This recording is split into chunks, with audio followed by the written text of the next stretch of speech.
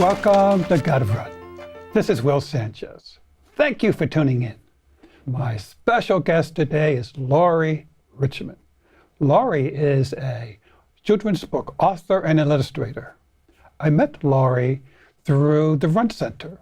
I was scanning through their catalog and noticed that the Run Center had a gallery of very interesting prints. Looking further, it was by Laurie Richmond. She does something very interesting in her photo log. Whenever she goes on a training run, she takes a snapshot of something interesting, does something that catches her eye. Then, after she gets home, she settles in and she challenges herself to make a sketch of that photograph within the same time as she ran the training run. Very interesting. I'm honored to have Laurie as my guest. Thank you for having me. It's so nice to meet you, Will. I'm excited to be here. Pleasure as well. Laurie, well, let's go back to that, I guess it was a couple of years ago when I accidentally scanning through and saw your prints of your work, which is hand-drawn. Yep. Some of it in black and white, some of it in color, watercolors. Yep. So tell us, what was the purpose of the event? Sure. Well, my artwork was featured in Runner's World, and some people at New York Road Runners happened to see it there. Michaela Peterson and John Phillips, who is in charge of the Run Center, and they reached out to me and they asked if I would be interested in doing an event there related to my art. And I thought that that would be really fun and, an exciting way to kind of share what I was doing with the New York running community. And they actually put my prints on display.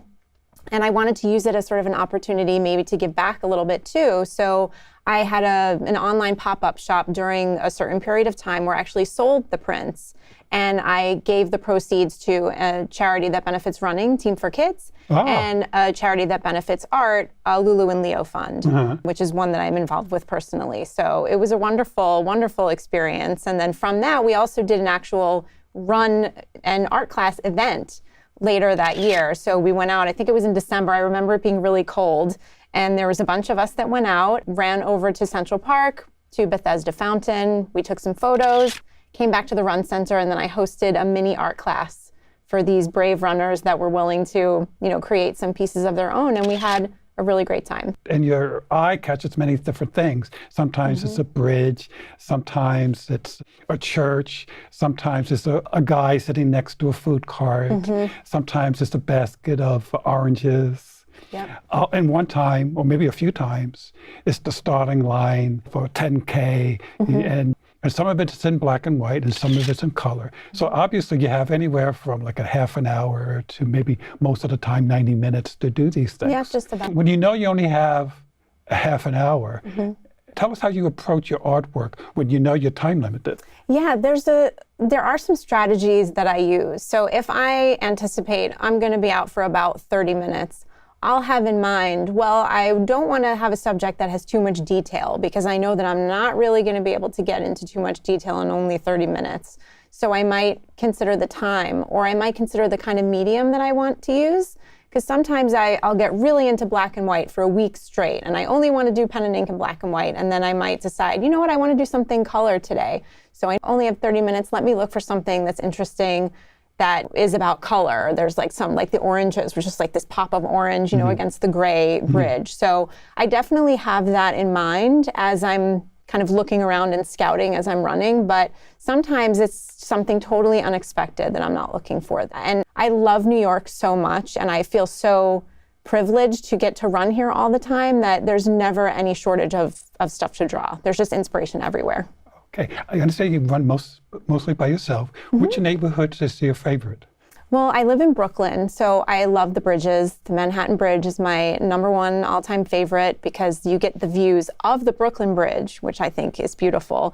And I've just seen so many sunsets just behind the skyline over that bridge, and it's just breathtaking to me. So I love, running over there from the Brooklyn side to the Manhattan side, down through the financial district, and then up the west side of Manhattan. That's one of my favorite routes. So you had a couple of the sunset, that print. It was just stunning. Yeah, oh, thank you so much. Yeah, I usually do my weekend long runs early in the morning, and then on the weekdays, because I have 2 kids and I'm kind of working around their schedule, I have to like jam it in whenever I can during the day. So very oftentimes those will be the evening runs. Oh, so cool. Yeah. Well, Laura, let's go back to the beginning. Tell us where you were born and something about your growing up years. Sure, I was born in Queens, New York, and I grew up on Long Island though. So like many parents at the time, my parents wanted to leave the boroughs and go out to the suburbs and give, their children the suburban lifestyle. So my parents think it's funny that now I came back to the boroughs when they felt they worked so hard to get us out. You're a Brooklyn girl. Yeah. So I grew up on Long Island in Suffolk County, and my sister and all my family still lives there. And then I've been living in Brooklyn since 2003. I think, yeah. Okay. But I moved to Manhattan in 2001. Now, growing up, were you athletically inclined? No. I was the art kid. Yeah, I was the art kid. Oh, okay. I am the cliche story of like, yes, I got picked last for the team. I failed the physical fitness test that they gave to everyone. You had to like perform these athletic acts in front of the whole class, like hang from a bar, for 30 seconds, or do as many sit-ups as you can. And I always came in last. I just couldn't do it. And in 6th grade, they took me out of regular gym and they put me in what was called at the time remedial gym, but it was essentially the weight room, which now that I look back on it was really kind of sad to think of the weight room as punishment, because now I go to the weight room because it's good for me and it keeps me healthy. But I just never had a good relationship with athletics because of that. Well, running was considered punishment. They always say, all right, two laps or whatever it was, as a form of punishment. Yeah. And most people said, a lot of people said, wow, this is fun. For some people at the time. So interesting. So you're going to remedial gym. Yeah. That must have been heartbroken. But I was in honors art, so... that was my thing. It was like, well, I think you reach a certain age where you feel like, well, I'm good at this and I'm bad at that. And you kind of bucket yourself, or maybe you're bucketed by someone else. And that's how I felt. I'm bad at athletics and I'm good at art. And then I guess you were born with that? Did you start drawing when you were a little child? When I was little, yeah. My parents said I was drawing and writing my name before I could speak. That's one of their favorite stories to tell. But I was always artistically inclined. My whole childhood was spent in, my room drawing things and going to art classes, and I've always loved it. So good, kept you away from the iPhones or whatever the digital thing was. You were expanding your eye. Yeah. This is really, really cool. Now, where did you go to high school and college? I went to high school on Long Island where I grew up, Comac High School. And there I did like all of the, designs for the homecoming dance, and I designed everyone's student council posters, and, I really did a lot of art there. And it was the art teachers I met in high school that, gave me so much encouragement. And then I went to school at University at Buffalo, and I wanted to have sort of a well-rounded education and not just go to a specific art school, because I wasn't really sure what I wanted to do when I grew up. Even like everybody else. Yeah, exactly. Still trying to figure it out. Yeah, I studied graphic design because I knew that was art related, and I knew it was someplace I could get a real job, because I didn't grow up knowing anyone who was an artist for a living or who was an illustrator for a living. And at one point my dad was telling me, you should go into international business. I was like, I don't even know what that is, And I remember— Is there art there?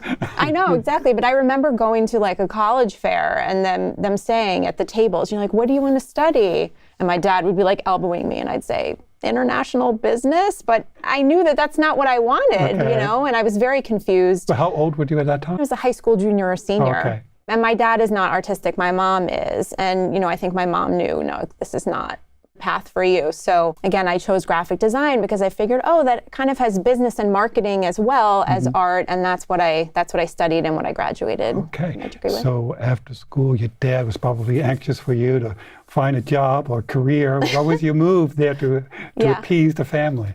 Yes. And after school, I got a job in book publishing, which is so funny because that's where I ended up now. But I started in book publishing doing advertising and promotion design. So I would design the subway ads for the James Patterson books and posters and things like that. So I wasn't designing the books themselves, but working with the marketing team on how to promote the books. And I liked that part of it. But then the internet started to happen and everyone was going to these .com companies and there was all this opportunity on that side. So I started to take classes in HTML and like learn all of these more technical things. And then I wound up working in media companies and internet companies through the rest of my career as the design part of it. Okay, but at some point you needed to make a really important decision because you were working for corporate, but you became your own shop. You decided I needed to concentrate on children's books as an illustrator. So how did you decide that? Yeah, so I would say 20 plus years into that corporate career as a designer, the company that I was at the time, which I loved, I was there for about 10 years, but the direction of the industry and the company itself started to change and it felt like it wasn't aligning with my personal goals anymore. And I think after you do anything for more than 20 years, you're naturally going to step back and say, like, what have I done? What have I accomplished? What do I want to accomplish next? And I was really concerned that I didn't have a body of work. And what I mean by that is, as a creator, I really find joy and satisfaction in looking at something and say, I made that. But in my corporate jobs, I was working on a lot of digital work. So we were designing apps, we were designing websites and things that are constantly changing and relaunching and going away and coming back as something else. That's very exciting, but it's also very like disarming in a way because I didn't have anything I could point to. You didn't have a portfolio. Oh, this is the artwork I did here. It sort of disappears. Kind of, yeah, and it wasn't very tangible. And so, kind of out of frustration and really to kind of like scratch that itch, I started taking drawing classes again after hours after work at School of Visual Arts. My husband is an adjunct professor there, and as a spouse of an adjunct professor, I'm able to take classes for free. My kids at the time were at an age where I didn't have like mommy guilt anymore about leaving them. I was like, hey guys, see you later. Mom's taking a 3-hour class after work. See you tomorrow morning because they'll be in bed by the time I get home. And through taking that coursework and workshops and really like rediscovering this dormant part of myself, I figured like this is the path that I want. This is where I need to be. There's something here and I'm not really sure what it is yet. And is through those classes that I found children's books. Create a spark, reignited again. Exactly. You were like that 4-year-old girl that loved to draw in your room. That's exactly what it was. You wanted to go back into that room and draw. But also, you weren't athletically inclined, but now you're a runner. When did the running start? So when I went out on my own and I left my job, I was just about 39 years old. Not really, the people would think not the opportune time to make a career change, when you're so far into the career, but that's what I did. And so I was kind of on this path of like, let's just shake everything up. I've already taken this huge jump off the cliff with my job. What else in my life can I change? So I was working in a co-working studio with many other freelancers and self-employed people. And some of them were into fitness. And I started to think about Couch to 5K. Because it was my 39th birthday. I was like, wow, this milestone of 40 is around the corner. And I think on those milestone birthdays, no matter what you do, like you're just forced to kind of look and assess and figure out what's going on. And I felt like I really need to kind of take charge of my health because I wasn't doing anything wellness-wise, health and wellness-wise. And so I started Couch to 5K. It was really fun. I kind of enjoyed it. I felt accomplished. I felt like it was helping me work better because I had more energy and I just was feeling a lot of benefits from it. And then one of my studio mates said, let's run the Brooklyn Half Marathon. I was like, that's 13.1 miles and I just learned how to run 3 miles. How am I going to do that? But I figured like, hey, let me jump off the next cliff and see what happens. So I wound up training with them. Yeah, my coworkers, my studio mates, we all ran the race together. We met up at the finish line in Coney Island. We had this big celebration. I had my first medal, which was the best thing ever. And then I just kept signing up for races and they did not. Oh, you could enjoy that bling. I loved it.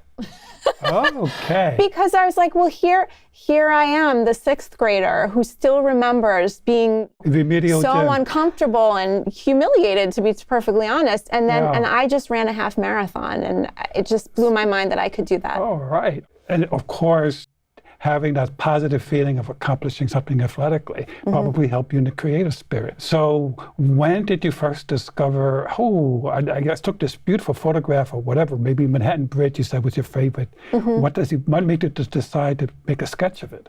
Yeah, and I mean, that really happened very organically. So as we've already discussed, I make children's books, and it's a very long process to make a picture book. There's a lot of art involved, and if I'm writing the story as well, it's even longer process. But I had just finished 3 book projects in 1 year, which is a lot, and I was feeling very burnt out creatively. And I knew I wanted to do a side project, something that had nothing to do with books, nothing to do with children's illustration, just to kind of, use a different part of my brain and almost like reset creatively. And I didn't know what that was going to be yet. But I noticed as I was going on these training runs for the Brooklyn Half that I would do a lot of problem solving for my creative work.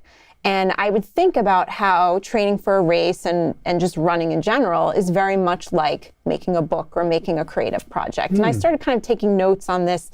And again, I felt there was something there, but I didn't know what it was. And then one night when I was out on one of my training runs on my beloved Manhattan Bridge, I saw a sunset that was just stunning. And I stopped and I took a photo. It was one of these like, I love New York, Frank Sinatra moments. And I was like, I'll go home and I'll take out my watercolors. I haven't done a landscape in forever, and that was my intention. But as I was running and on my way home, I was checking my watch, and it was just, that's when I had the lightning strike. If I go home and paint this, it's just going to be any other landscape. But I can connect it to the run by doing it in the same amount of time. And that was just so interesting to me and made it feel very exciting. And it was in that moment that I knew that's what my side project was going to be. And that was the very first one that I did, and I've been doing it ever since. And then you would sign it by putting the mileage on it and the time of the of the run, and maybe get done the picture a little under. Sometimes you maybe get PR'd on your sketching. Yeah, exactly. And the time is always the time of the run, not necessarily the time of the drawing, but it's really a visual journey, journal of my training. That's how I see it. So when you're doing it, do you have a timer, an egg timer or something? I use my phone. Oh, okay. Yeah, exactly. So when it ticks off, you just stop. I just stop. And just put the mileage in and the time. And then you put it up on Instagram, because there seem to be dozens and dozens of them there. There's a lot of them there now, because I've been doing it probably at this point 1.5 years or more. And it's my accountability partner. So I made the deal with myself when I started doing this, whether I am happy with the way it turned out or not, I'm just going to put it up there because the run happened and I need to record it, and that's how I'm going to do it.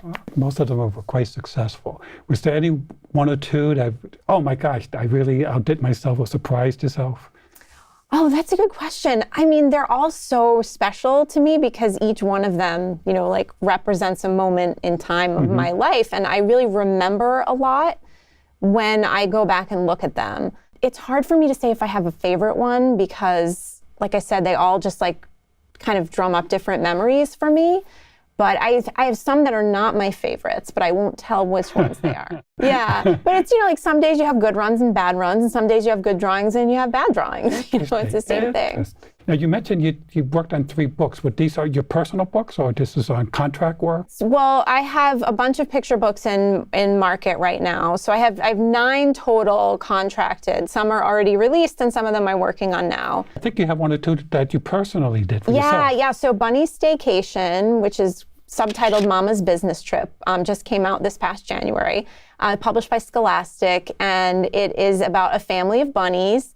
And the mama bunny is going away on a business trip. And little bunny is not happy about it and then has to deal with her absence, but uses creativity to get through that challenging time. And I love it because it's very autobiographical to my family. I mean, in this case, my husband is the one that travels, but for the case of the book, I really wanted that gender reversal. I thought that was important. So, dad's home keeping the fort together. And it's really kind of a celebration of Dad and Bunny's relationship and creativity to get through that hard time. Picture books are usually aged 3 to 7, but I'm 42 and I only read picture books, so I say that they are for all ages, but the sweet spot for kids is age 3 to 7. Okay. Yeah, do you get fan letters from them?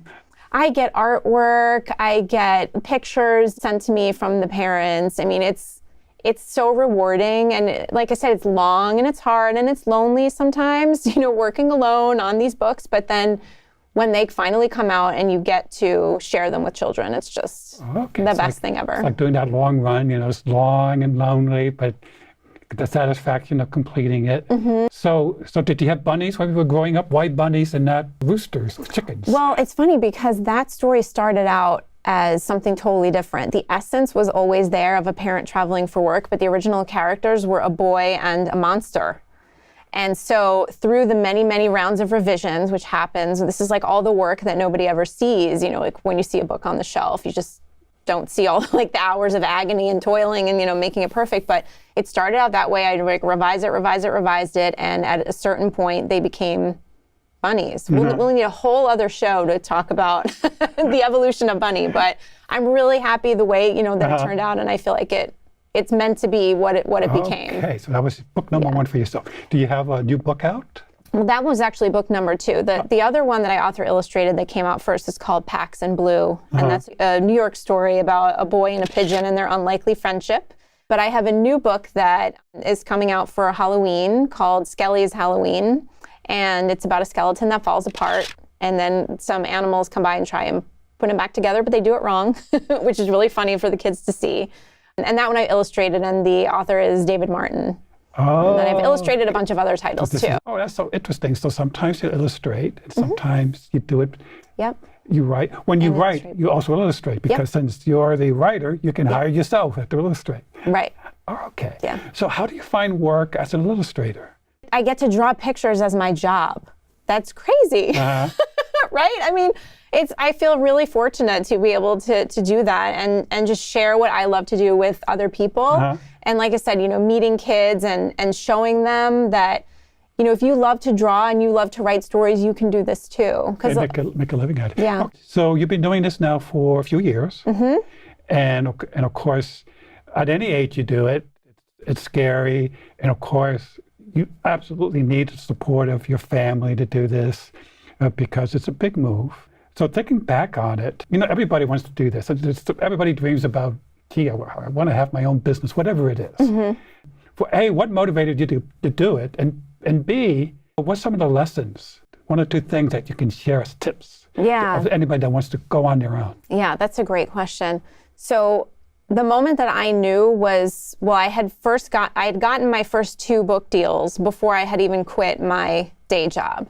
So I had already validated that this could be a real thing. It wasn't just a hobby. I could get paid for it. I was getting good response to my work. And I knew that I had to chase that rainbow. And I felt like there's moments in time where you just know you have to see what happens. And that was one of those moments. And that kind of leads me to my first tip is don't walk in and quit your job without really being sure what it is you want to do next. And a lot of people, you imagine in your mind, like getting up from the conference table and slamming the door and saying, I'm sick of it all, I'm leaving. And like, that's great on TV, but that's not really how it is. And you have to make sure that you're not leaving a thing that you don't like. You have to make sure that you're moving towards something that you love. And there's a big difference there. And you need to start on that path before you walk away from what's paying your bills right now. And you do that, at night, on the weekends, and you got to give yourself some time to figure it out. So then you can really move on with confidence, and then ideally have a financial plan in place, understand what your expenses are, how are you going to cover them, because you're not going to walk out and then make money right away. When you're starting a new business, like it takes a while to get things rolling. That's right. So I would imagine that you probably worked out of your kitchen table at first. Yeah, still do. Sometimes. Still do. Yeah, not all the time, but sometimes. Okay. So that helps to be able, the kind of work you do is you don't require necessarily an elaborate studio. You just require good paper, ink, and do you need a computer? Computer, yeah, definitely, because I work digitally and by hand. But I do have a co-working space that I rent a desk at, so I am there for much of the time. But sometimes with creative work, like you can't be around other people, or at least I can't. So there are some days where I need quiet, I need focus, and I will choose to work at home while my kids are at school. Then there are certain things where I need to be around people, or I feel like the energy of the co-working space is going to benefit what I'm doing, and then and then I'll work there for the day. So I'm fortunate that right now I have two places that I can switch between. Well, that's so cool that you were able to experiment a little bit. But I think the takeaway is, before you take that big step, think about it, plan it a bit, do a test if you can. Do people really want your work? Whatever it is, and get the support of your family. Let them know what's going on. Yeah. Don't surprise them. My husband said to me, like, I can't believe it took you this long to take this jump. That's a great feeling. Yeah, it is. I'm very practical. I'm worried about paychecks. I still miss my direct deposit every 2 weeks from my old job, But I also, I've never been more satisfied or proud of the work that I'm doing. And your parents must be thrilled that you were able to fulfill your dream. Yeah, well, they couldn't really understand what I was doing when I was a creative director, but now that there's like a book that they can show their friends, like, and their my grandchildren daughter made this. They love it. They're just over the moon. They love it. Okay. Yeah. But then finally, so what do you have? First, athletically, do you have any upcoming event that you're looking forward to? My first New York City Marathon. Excellent. I'm so excited. I'm thrilled. Are you running for any particular cause or team? Or No, you know just what? Laurie, It's just for me. I was thinking about that the other day because I've been reading these amazing stories of these inspiring runners who have overcome just incredible odds and emotional turmoil in their lives. And I feel honor and gratitude to be able to be running alongside them. But this first race is purely for me. Great. Yeah. And the family will be on Brooklands cheering you on. They will, yeah. And hopefully you'll get a few good photographs. Yeah, my parents too. They'll probably be holding up my books. You might be able to do 2 or 3 sketches, because it'll probably take you 4 or 5 hours to do the marathon. I've been thinking about that, how I'm going to break it down, but I might do it in multiple drawings. And I've been doing some kind of journal pages now too, of like sort of collections of things related to running. So maybe I'll do some of that too. Okay, Yeah. great. And then professionally, what's the next thing to conquer? I'm working on some more picture books right now. I'm illustrating a book about a runaway flamingo that is hilarious. The author is Michael Portis, and there's actually 2 books in that series, so I'm illustrating both of them. And I'm working on the second Bunny book with Scholastic, where this time Bunny goes to work with Mama. The sequel. The sequel, yeah.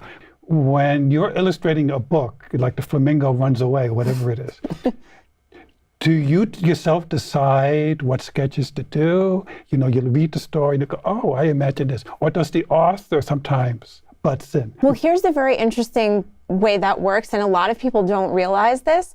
So in this case, the author sold just the manuscript, just the words, to the publisher. Then what the publisher does is the editor and the art director work together to choose an artist from their roster of artists that they, work with, that they feel would be an appropriate match for the text. So they reached out to me and said, would you be interested in illustrating this? I took a look at the text. I said, sure. Then they allow the illustrator really to have a lot of freedom in interpreting the text visually. Because picture books, so much of the storytelling is done in the images and not the words. And they really work together to have this amazing, kind of back and forth to tell the whole story. And the author is not involved at all directly with the illustrator. From time to time, of course, the publisher will share sketches, or, they all kind of do it differently, but it's only at very, very specified times that the author is brought into the loop.